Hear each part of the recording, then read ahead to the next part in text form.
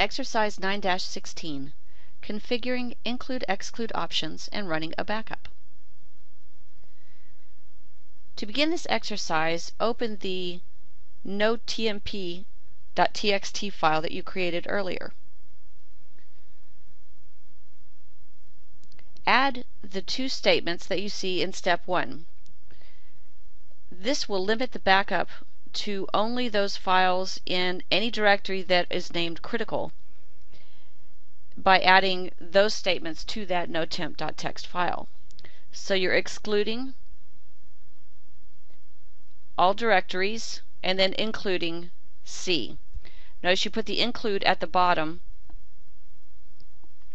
so that you catch that first. Remember, when it works, it reads from the bottom to the top and it stops when it makes a match. So go ahead and make those changes to that notemp file, and then you can save and close that file. Now open the dsm.opt file in Notepad. We're going to make some changes there to add some domains. You can append those domains to the end of the BA client options file. As you scroll through the list, you can see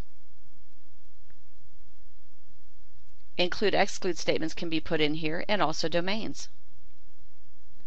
So go ahead and scroll to the bottom of the file and add the list of domains that you see in step 2.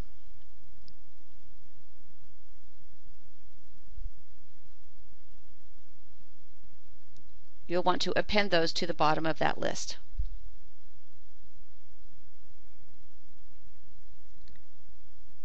So once you have all of this done,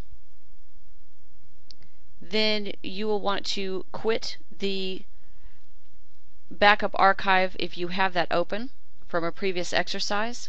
If you have one of those interfaces like the command line still open, be sure you quit that.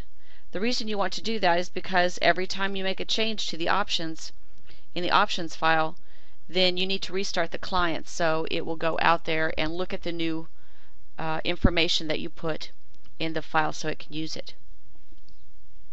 So you have a list of domains added to the dsm.opt. So save and close that, and if you had any other client interfaces open, you would want to close those.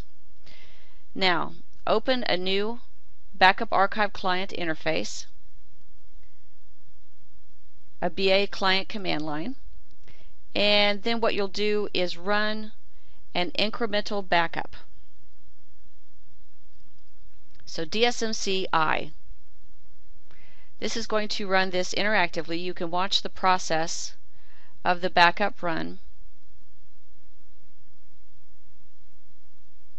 It will inspect a lot of files and directories, and this will actually take several minutes to complete.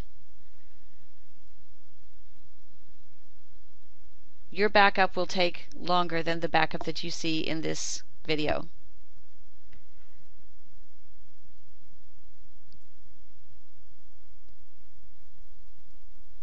Once you get this backup completed, and it's inspected and processed all of your files and directories and file spaces and domains,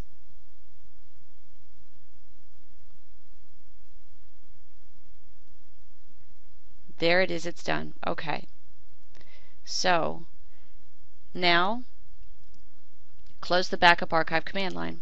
And, well, it's closed because you did a dsmci, so it closed itself when it ended. So now only files in the critical directory are being backed up, but many directories are also being backed up. If you do a query file space command, you'll be able to see all the file spaces that were being backed up.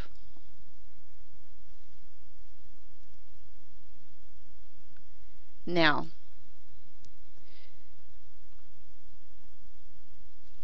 to change it so that only files in the critical directory are being backed up, we'll go back and make some more entries. So use the exclude dir statement that's in step number 7 so that you are including only the C and excluding all except for C all the way through Z, all the drive names A, B, D all the way through Z, and save that file. Now, start the backup archive command line and perform an incremental backup of the critical directory and all the files in it. Now what it's going to have to do is go out and look and run some expiration, but it shouldn't take long to complete. And now you see it's finished. Now perform an incremental backup of the C directory, and you can see that finished much quicker.